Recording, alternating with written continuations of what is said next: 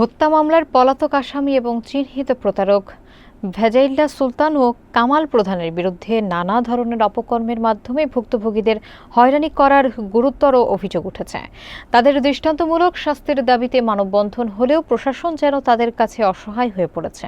বিস্তারিত দেখুন মনিরুল ইসলাম মনিরের প্রতিবেদনে।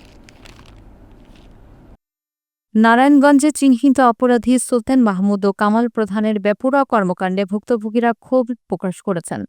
বৈষম্যবিরোধী ছাত্র জনতার আন্দোলনে হত্যা মামলার পলাতক আসামি হওয়ার সত্ত্বেও তারা মানুষের চরিত্র হনন করে উল্টো ভুক্তভোগীদের মিথ্যা মামলায় ফাঁসিয়ে হয়রানি করছে বলে অভিযোগ উঠেছে।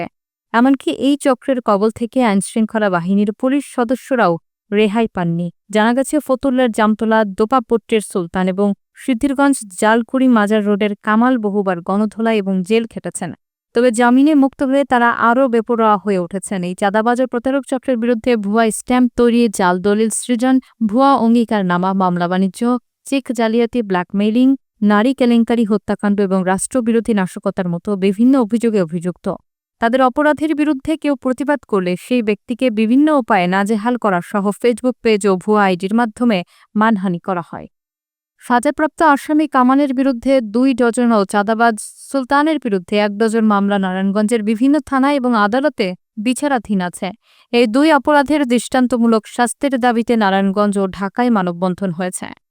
তবে অভিযোগ রয়েছে, পুলিশ তাদের বিরুদ্ধে ব্যবস্থা নিতে গেলেই ঊর্ধ্বতন মহলে তারা অহেতুক হয়রানি করছে। ক্ষতিগ্রস্ত মানুষজন রাগ, ক্ষোভ এবং ঘৃণা প্রকাশ করে প্রশ্ন তুলেছেন, আর কত অপরাধ করলে এদের শাস্তি নিশ্চিত হবে।